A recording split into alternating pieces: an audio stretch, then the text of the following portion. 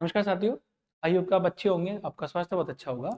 इस एपिसोड में हम लोग बात करेंगे कि पॉलिनोमियल चैप्टर में आपके जो केस स्टडी क्वेश्चंस आए हैं उनको डिस्कस करेंगे और सॉल्व करेंगे। तो जो हमारा पहला क्वेश्चन हमारे पास में था कि कोई भी बच्ची है, बच्ची का नाम आपको दे रखा है यहाँ पे, कोई बच्ची है, वो बच्ची किसी गार्डन में खेल रही है और उसने ऐसे एक हनी कॉम्ब देखा, ऐसे एक मधुमक्खी का उसने ऐसे छत्ता देखा, ऐसे कहीं पे बहुत सारी हनी बीज है ऐसे है। तो उसने अपनी मदर से पूछा कि मदर ये जो हनी बीज है या ये हनी कॉम्ब है, इसका स्ट्रक्चर क्या है। तो उसकी मदर ने ये कहा कि दिस दिस स्ट्रक्चर जो है हम इसको मैथमेटिकल फॉर्म में क्या बोलते हैं, हम इसको बोलते हैं पॉलिनोमियल। पॉलिनोमियल और ये एक पॉलिनोमियल का ग्राफ होता है। ये जो पॉलिनोमियल का ग्राफ है, आप यहाँ पे देखेंगे जो ग्राफ आपके पास में होता है, इस ग्राफ को हम कैसे रिप्रेजेंट करते हैं, हम ऐसे बनाते हैं। यदि कोई भी पॉलिनोमियल हमारे पास में है, हम इसको लिखते हैं a x square plus b x plus c. एक पॉलिनोमियल है, ये कितनी डिग्री का पॉलिनोमियल है? 2 डिग्री। अब बोलेंगे इसकी डिग्री आपके पास में 2 है, डिग्री इज 2। यदि डिग्री 2 है तो इसका ग्राफ कुछ ऐसे बन के आता है। यदि क्वाड्रेटिक पॉलिनोमियल है, आपके पास में क्वाड्रेटिक पॉलिनोमियल है, तो इस क्वाड्रेटिक पॉलिनोमियल का ग्राफ इस तरीके से बन के आता है और ये उसी शेप में है जिस शेप में ये हनीकॉम्ब आपको दिख रहा है।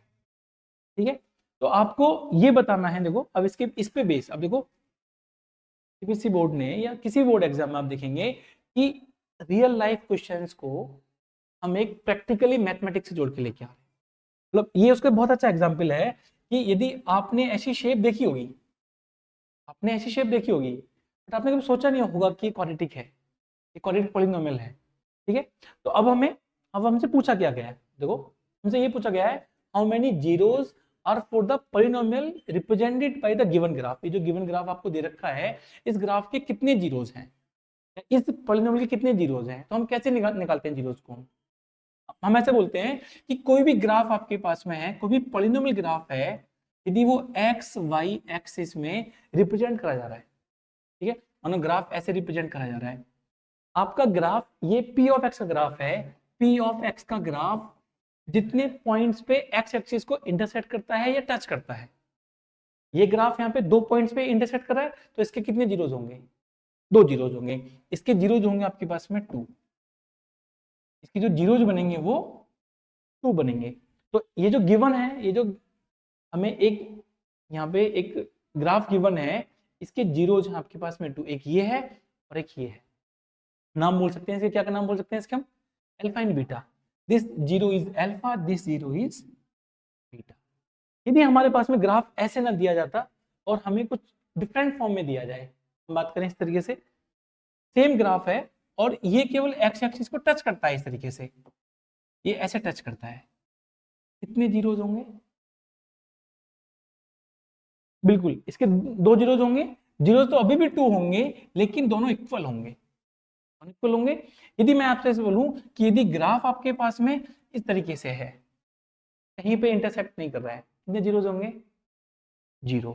उसका कोई भी जीरोज नहीं होगा। ठीक है, तो जो फर्स्ट पार्ट है हमारा, फर्स्ट पार्ट में नंबर ऑफ जीरोज हमारे पास में 2 हैं और 2 ये वैल्यूज हैं। एक अल्फा की वैल्यू बोल सकते हैं आप, ये अल्फा की वैल्यू -7 है और बीटा की वैल्यू 7। 2 जीरोज आपके पास में है।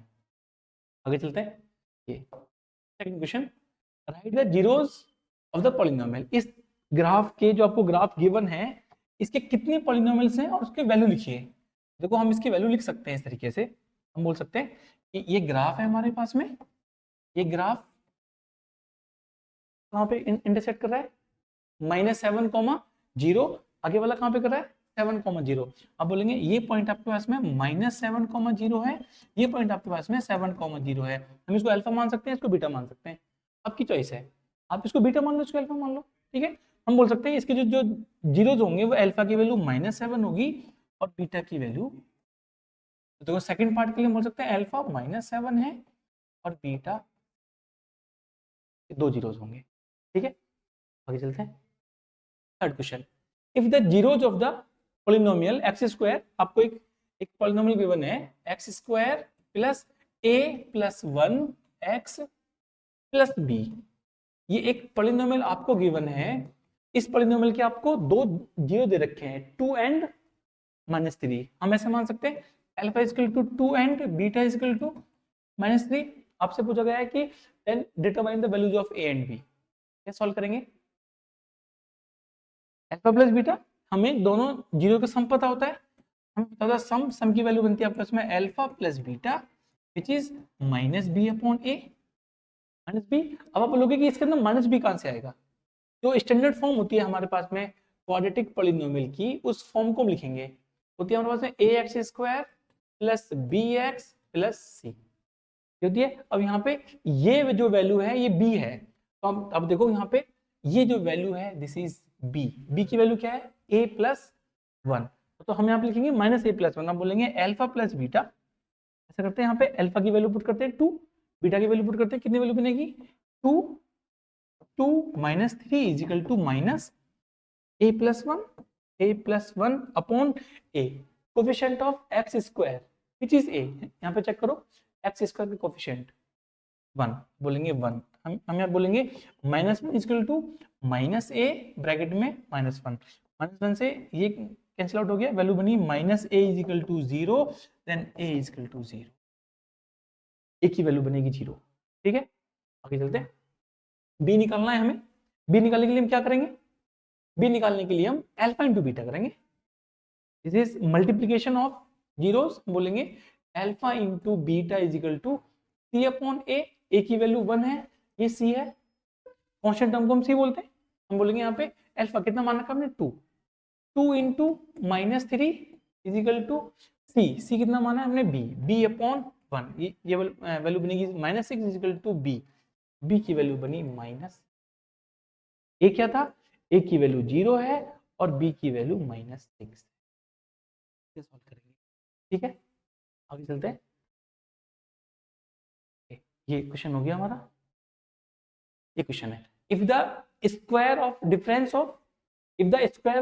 Of zeros, square of difference of zeros मतलब जो जीरोस हमारे पास में है, हम अल्फा बीटा मान लेते हैं। अल्फा एंड बीटा हमने मान लिया, अल्फा एंड बीटा का डिफरेंस का स्क्वायर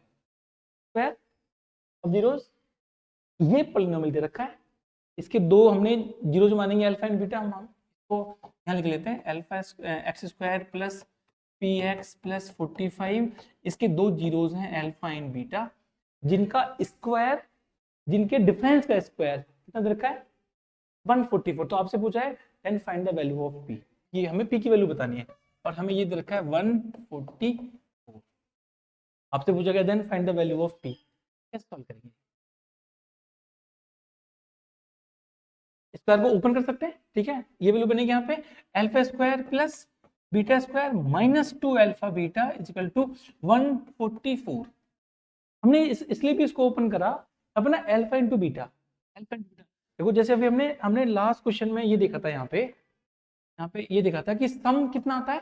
सम की वैल्यू आती है -b अपॉन a और इनका मल्टीप्लिकेशन आता है c अपॉन a। देखो यहाँ पे यदि इस इक्वेशन के दो जीरोस अल्फा एंड बीटा हैं, तो अल्फा इंटू बीटा हम अल्फा इंटू बीटा करेंगे तो वैल्यू बनेगी c अपॉन a की वैल्यू 1 है और c 45 है। अल्फा इंटू बीटा कितना बन गया आपके पास में? 45। ऐसे दो नंबर जिनको मल्टीप्लाई करेंगे 45 आने वाला है, 45 आएगा, ठीक है। जिनको ऐड करेंगे क्या आना चाहिए? -p। हम बोलेंगे यहाँ पे alpha plus beta which is -p, -b upon a की वैल्यू 1 है, दिस इज p -p। अब दो इक्वेशन हमारे पास में है, alpha into beta 45, alpha plus beta equal to -p। देखो हम इसको यहाँ लिख लेते हैं alpha plus beta equal to -p और alpha into beta equal to 45। क्या हम इसको यहाँ यूज कर लें? देखो अल्फा इंटू बीटा ये बनेगा 2 इंटू 45, 90 को आगे लेके चले जाएंगे। एक काम और कर सकते हैं हम यहाँ पे, यदि हमें अल्फा माइनस बीटा का स्क्वायर पता है तो एक बार हम इसका स्क्वायर कर लें।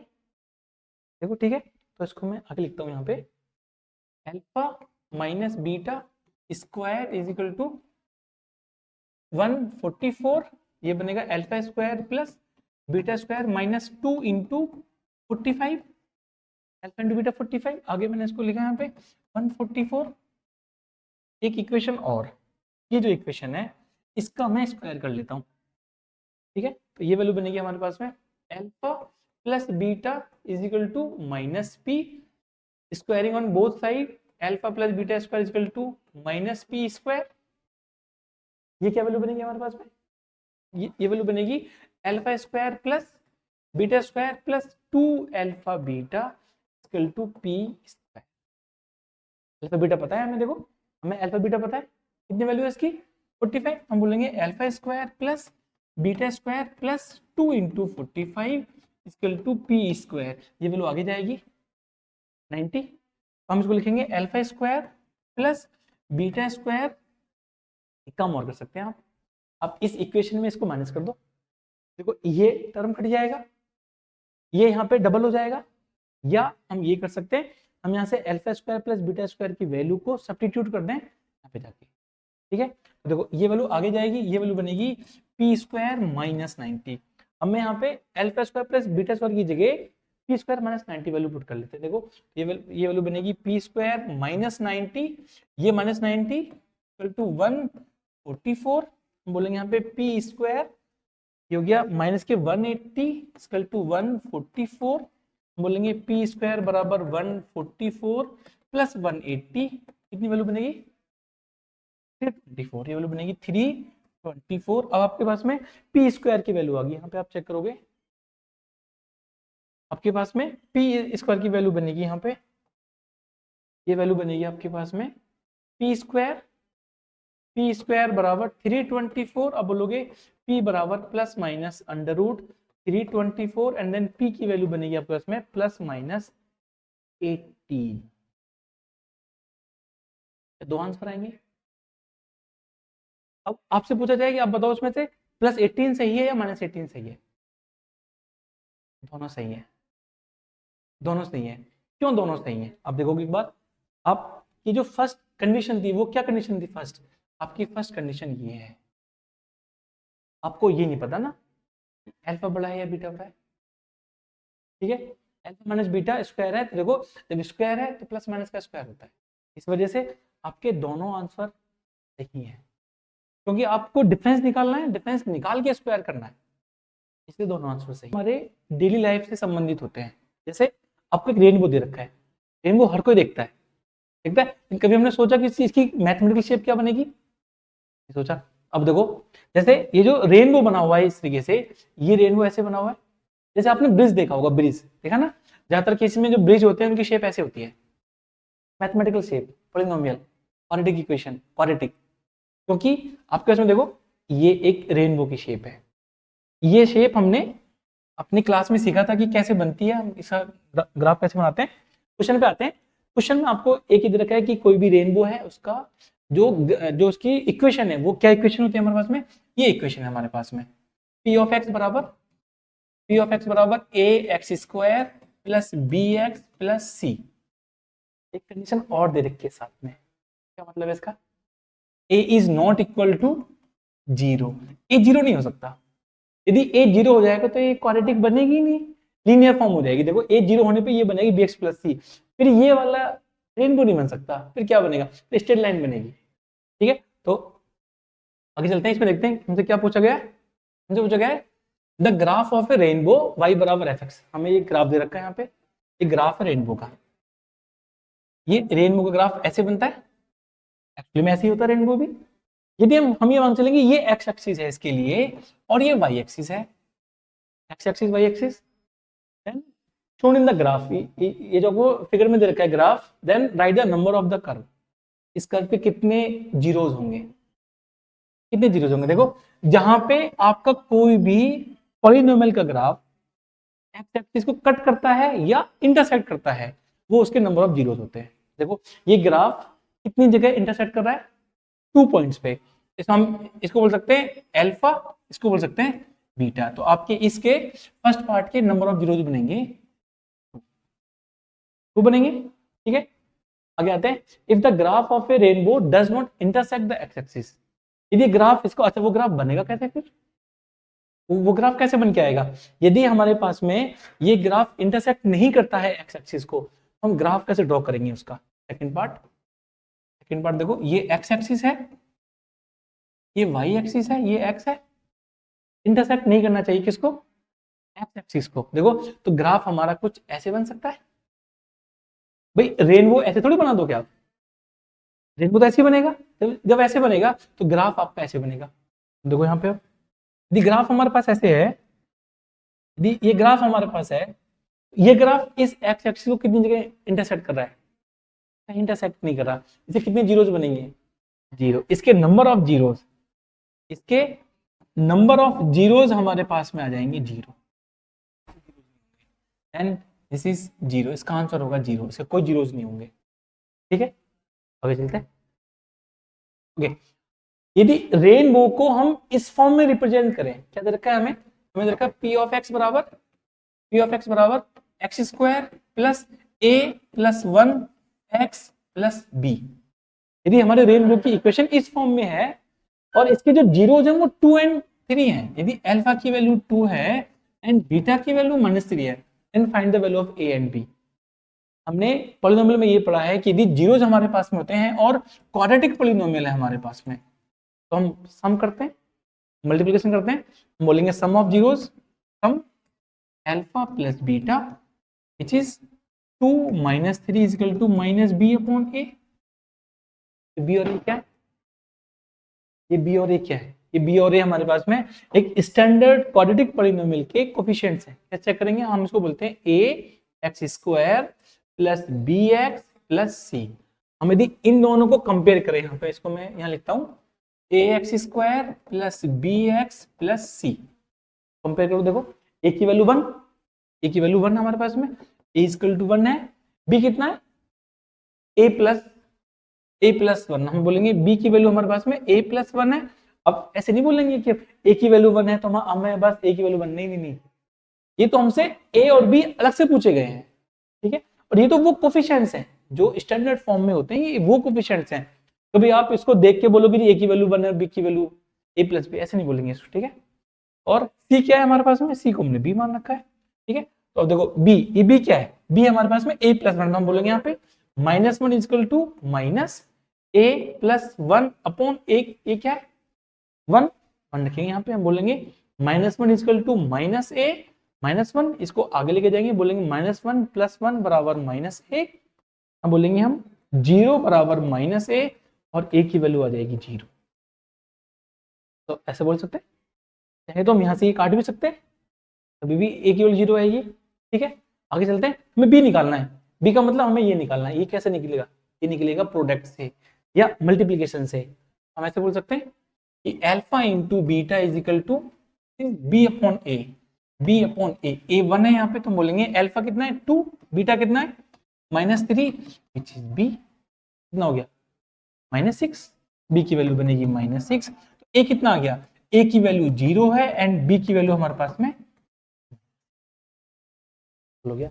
2 मार्क्स का क्वेश्चन है बोर्ड में। अब देखो केस स्टडी के क्वेश्चन ये दोनों 1 मार्क्स के, ठीक है, ये 2 मार्क्स का है, 4 मार्क्स हो गए। देखो एक क्वेश्चन और आता है इसमें, एक इसका एक पार्ट और होता है, ये थर्ड में ऐसे होता है जैसे फर्स्ट पार्ट 1 मार्क्स का, सेकंड पार्ट 1 मार्क्स का, जो ये थर्ड पार्ट होता है इसमें 2 मार्क्स के 2 क्वेश्चन होते हैं, आपको कोई एक सॉल्व करना होता है, तो 4 मार्क्स का आपका केस स्टडी क्वेश्चंस होते हैं। ठीक है, तो इसके और ये उसके और में है क्वेश्चन कि और में हमें दे रखा है the polynomial x square minus 2x minus 7p plus 3। ठीक है, एक पॉलिनोमियल है, इसको हम रेनबो की इक्वेशन बोल सकते हैं।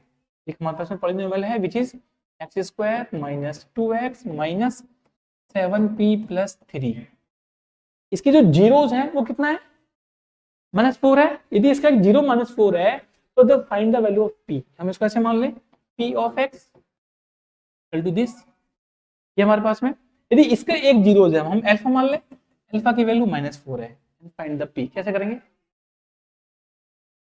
-4 को इसके अंदर रख देंगे, किसके इक्वल होता है फिर वो 0 के इक्वल होता है। हमें ये पता होता है कि यदि हम अपने पॉलिनोमियल के अंदर पॉलिनोमियल की इक्वेशन में हम अल्फा या बीटा कुछ भी वैल्यू पुट कर देते हैं तो वो पूरी इक्वेशन को जीरोज बना देते हैं। ठीक है, तो क्या मैं ऐसे लिख सकता हूँ p ऑफ x में यदि हम p ऑफ अल्फा बोलेंगे तो 0 आएगा, p ऑफ बीटा बोलेंगे तो 0 आएगा, ये होता है हमारे पास में। जितने भी पॉलिनोमियल के जीरो होते हैं वो हमारे पूरे के पूरे पॉलिनोमियल इक्वेशन को जीरो बना देते हैं। ठीक है, अब यदि मैं यहाँ पे इस इक्वेशन में या इस एक्सप्रेशन में अल्फा की जगह -4 पुट करूं या एक्स की जगह -4 में यदि रिप्लेस करता हूं तो ये जीरो हो जाएगा। तो हम बोलेंगे यहाँ पे p of -4 is equal to 0। यहाँ पे वैल्यू पुट कर देते हैं, -4 स्क्वायर -2 विच इज -2 -7p + 3 बराबर 0। बहुत क्वेश्चन पूछे जाते हैं बोर्ड में। ठीक है, ये कितना बनेगा 16, ये कितना बन गया +8, ये बनेगा -7p - 3 बराबर 0। कितना हो गया 24 - 3 21। तो वैल्यू बनी हमारे पास में 21 - 7p बराबर 0। 7p को हम लेके जाएंगे आगे, बोलेंगे 21 = 7p और p की वैल्यू बनेगी 21/7 एंड p = सिंपल क्वेश्चन। इस तरीके से केस बेस्ड स्टडी क्वेश्चन आते हैं। ठीक है, थैंक यू सो मच।